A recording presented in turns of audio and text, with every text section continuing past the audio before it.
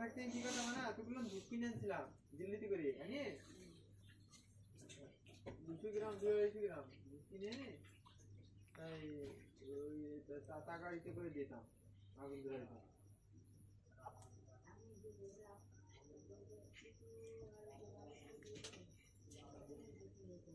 ठंडा लाना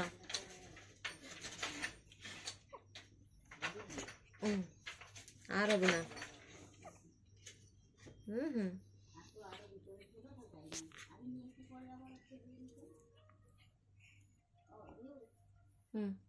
धर